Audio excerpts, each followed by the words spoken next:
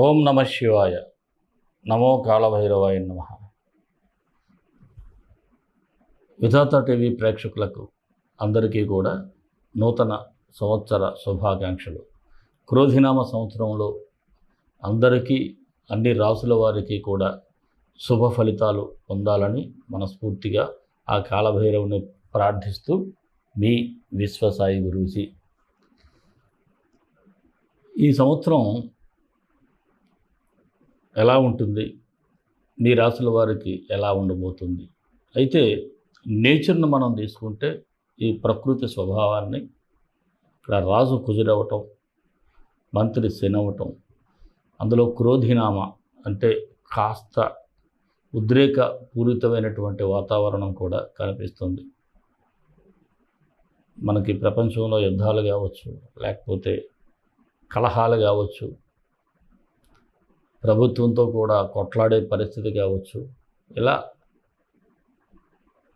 అనేక విధాలుగా మనుషుల మధ్య కూడా ఘర్షణ వాతావరణం, మనస్పర్ధలు ఇలా జరిగేటువంటి అవకాశాలు ఎక్కువగా ఉన్నాయి. అయితే మనందరికీ కూడా ఒక విషయం అర్థం కావాలి. ఒక చిన్న ప్రమాదం పొంచి ఉందంటే కాస్త జాగ్రత్త పడాలి. ఆ జాగ్రత్త పడటానికి ఎక్కువగా మనం చేయాల్సిందల్లా ఒకటే, ప్రతి విషయంలో కూడా కలుగు చేసుకోకుండా కాస్త మౌనంగా ఉంటే సమస్యలన్నీ కూడా అవే సర్దుకుంటాయి. రాశి ఫలాల్లోకి వెళ్ళే ముందు ఒక మాట, మన పీఠంలో ప్రతి నెల అమావాస్య పౌర్ణమికి రాజశ్యామల సహిత మహాకాళభైరవ హోమాలు జరుగుతూ ఉంటాయి. మీరందరూ కూడా మీ యొక్క సమస్యల కోసం పరోక్షంగా మీరు ఈ కార్యక్రమంలో పాల్గొంటే అందరికీ కూడా శుభ ఫలితాలే ఉంటాయి. గత ఏడాది కూడా చాలామంది శుభ ఫలితాలు పొందారు. ఈ ఏడాది కూడా మీరందరూ శుభ ఫలితాలు పొందాలని ఆశిస్తాను. అలాగే అన్నప్రసాద సేవ ఇంకా ఎక్కువగా చేయాలనేటువంటి సంకల్పం. అలాగే ఈ ఏడాది మరొక కొత్త ఆశ్రమం అంటే పిల్లల కోసం మనం ఆశ్రమాన్ని ప్రారంభించబోతున్నాం. దానికి కూడా గతంలో ఒక వీడియోలో చెప్పాను. కొంతమంది అంటే మీకు తెలిసినటువంటి అభాగ్యులైనటువంటి పిల్లలు ఎవరైనా ఉంటే మనకు తెలియచేయండి. ఎక్కువగా మీకు సమయం తీసుకోకుండా రాశి ఫలాల్లోకి వెళ్ళిపోదాం.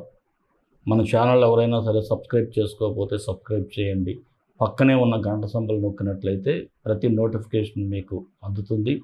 అలాగే షేర్ చేయడం మాత్రం మర్చిపోవద్దు, లైక్ చేయడం అంతకంటే మర్చిపోవద్దు. అందరికీ కూడా మరొక్కసారి క్రోధినామ సంవత్సర శుభాకాంక్షలు తెలియజేసుకుంటూ రాశి ఫలాల్లోకి వెళ్ళిపోదాం. కుంభరాశి. ఈ క్రోధినామ సంవత్సరంలో ఈ కుంభరాశి వారికి ఎలా ఉంటుందో పరిశీలిద్దాం. ముందుగా ఏ నక్షత్రాల వారు కుంభరాశిలో ఉంటారు? ధనిష్ఠ నక్షత్రం 3-4 పాదాలు, శతభిషం 1, 2, 3, 4 పాదాలు, పూర్వభాద్ర 1, 2, 3 పాదాల వారు ఈ కుంభరాశిలో ఉంటారు. మరి ఈ రాశి వారికి ఆదాయం 14, వ్యయం 14, రాజ్యపూజ్యం 6, అవమానం 1. ఫలితాలు ఎలా ఉండబోతున్నాయంటే ఈ రాశి వారికి గురుడు అర్ధాష్టమంలో ఉన్నాడు, శని ఏలినాటి శని జరుగుతూ ఉంది, రాహు అయితే శుభస్థానంలో ఉన్నాడు కానీ కేతువు మాత్రం అష్టమ స్థానంలో ఉన్నాడు. దీనివలన సెప్టెంబర్ వరకు యావరేజ్గా ఉన్నప్పటికీ కూడా అక్కడి నుంచి కాస్త ఇబ్బందులు అయితే ఎదురవుతూ ఉంటాయి. ఆత్మవిశ్వాసంతో మీరు పనులైతే పూర్తి చేసుకోవాలి. లేకపోతే ఆత్మన్యూన్యతాభావం, ఏదో తెలియని మానసిక విచారం, ఒక ఇన్ఫీరియారిటీ కాంప్లెక్స్ ఇలాంటివన్నీ వచ్చేస్తూ ఉంటాయి. ఏ పని ప్రారంభించినా సక్రమంగా చేయకపోవడం, ఏదో వివాదాల్లో చిక్కుకోవడం కూడా జరుగుతూ ఉంటుంది. ఏది ఏమైనా సరే మంచితనంతో ఎటువంటి గడ్డు పరిస్థితినైనా ఎదుర్కోవలసినటువంటి అవసరం ఉంటుంది. అలాగే ఊహించిన ఖర్చులు ఉంటాయి, చేతిలో ధనం నిలవకపోవటం, ఆచితూచి అడుగులు వేయాలి. దంపతుల మధ్య కూడా అకారణంగా కలహాలు రావటం, బంధుమిత్రులతో విభేదాలు రావటం జరుగుతూ ఉంటుంది. కాస్త మెంటల్గా అప్సెట్ అవటం, ఇవన్నీ కూడా ఓవరాల్గా చూస్తూ ఉంటే మీరు ఎక్కువగా ధ్యానం చేసినట్లయితే ఈ చెడు ఫలితాల నుంచి బయటపడతారు. దీనివలన మానసిక ప్రశాంతత వస్తుంది. ఎక్కువగా మనం భగవంతుని పట్ల కాన్సన్ట్రేట్ చేయటం, ఓంకారాన్ని ఎక్కువగా ధ్వనించటం, దీనివల్ల మైండ్ ప్యూరిఫై అవుతూ ఉంటుంది. అందువలన చికాకుల నుంచి బయటపడతాం. గురు సాంగత్యం అంటే గురువులతో, మంచి గురువులతో మీరు అప్పుడప్పుడు ఇంటరాక్ట్ అవుతూ ఉండటం, ఇలాంటివన్నీ చేయండి. మీలో ఉన్నటువంటి ఈ నెగిటివిటీ అంతా పోతుంది. ముఖ్యంగా నేను ముందే చెప్పేస్తూ ఉన్నాను, ఇక్కడ ఎక్కువగా కాళభైరవ ఆరాధనలో పాల్గొవటం, ఎటువంటి కాళభైరవ పూజ జరిగినా మీరు ఇమీడియట్గా అటెండ్ అవ్వటం, లేకపోతే పరోక్షంగా పాల్గొనటం, ఇలాంటివన్నీ చేయాలి. అలాగే ఈ రాశి ఉద్యోగస్తులకు ఎలా ఉంటుందంటే, ఉన్నతాధికారులు మాత్రం మీ పట్ల బాగానే ఉంటారు. అయితే సెప్టెంబర్ తర్వాత ఏం జరుగుతుందో తెలియదు. సడన్గా చేయని తప్పు కూడా శిక్షలు అనుభవించాల్సి ఉంటుంది. సస్పెండ్ అయ్యే పరిస్థితులు కూడా ఎదురవుతూ ఉన్నాయి. ముఖ్యంగా ప్రభుత్వ ఉద్యోగులకు మాత్రం అంతగా టైం బాగలేదు. నిరుద్యోగులకైతే ఆగస్టులోపు ఉద్యోగం వస్తే వెల్కమ్, లేకపోతే కాస్త హార్డ్ వర్క్ చాలా గట్టిగా చేయాల్సి ఉంటుంది. అలాగే వ్యాపారస్తులకు చూసినట్లయితే ఈ ట్రాన్స్పోర్ట్ రంగంలో ఉన్నవారికి ఎక్కువగా వాహన ప్రమాదాల వల్ల నష్టాలు రావటం జరుగుతుంది. అలాగే అంటే ఓవరాల్గా వ్యాపారస్తులకు బాగుంటుంది, కానీ ఆగస్టు అంటే సెప్టెంబర్ నుంచి కొద్దిగా జాగ్రత్తగా ఉండాలి వ్యాపారస్తులు కూడా. దూకుడైతే పనికిరాదు. అలాగే వెండి బంగారం వ్యాపారస్తులు కూడా నష్టాలు చూసే పరిస్థితి అయితే కనిపిస్తూ ఉంది. ఎక్కువగా మిశ్రమ ఫలితాలే వ్యాపారస్తులకైతే ఉంటాయి.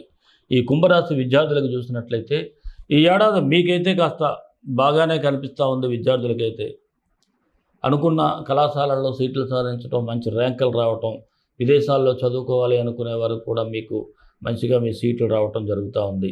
కళాకారులకు కూడా ఏదో మీరు ఒక సినిమాలోనో ఒక టీవీ సీరియల్లోనో మిమ్మల్ని ముందుగా బుక్ చేస్తూ ఉంటారు. ఆ తర్వాత సడన్గా మిమ్మల్ని తొలగించడం కూడా జరుగుతుంది. ఎందుకు జరుగుతుందో ఏమీ అర్థం కాదు.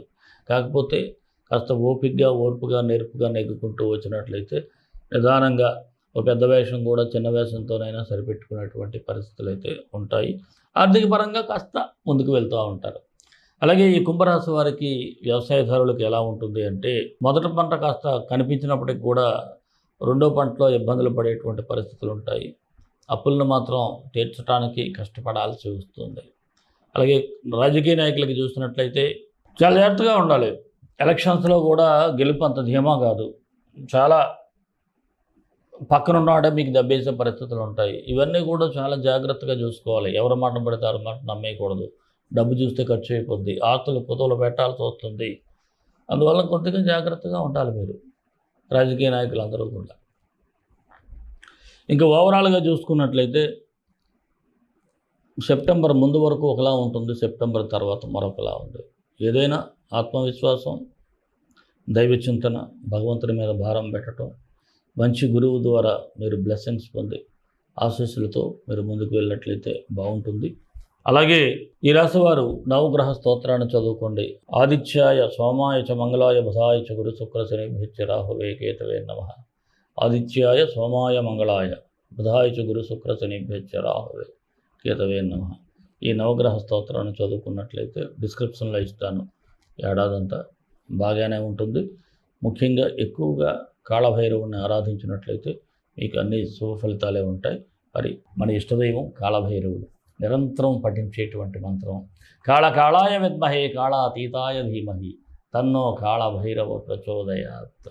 ఈ మంత్రాన్ని కూడా పఠిస్తే, భైరవుని ఆరాధిస్తే సమస్యలు అవే పటాపంచలైపోతాయి. సర్వే జనా సుఖినో భవంతు, లోకా సమస్తా సుఖినో భవంతు. దేశం కోసం, ధర్మం కోసం, భారతీయ సంస్కృతి విలువల కోసం పాటుపడదాం. స్వస్తి.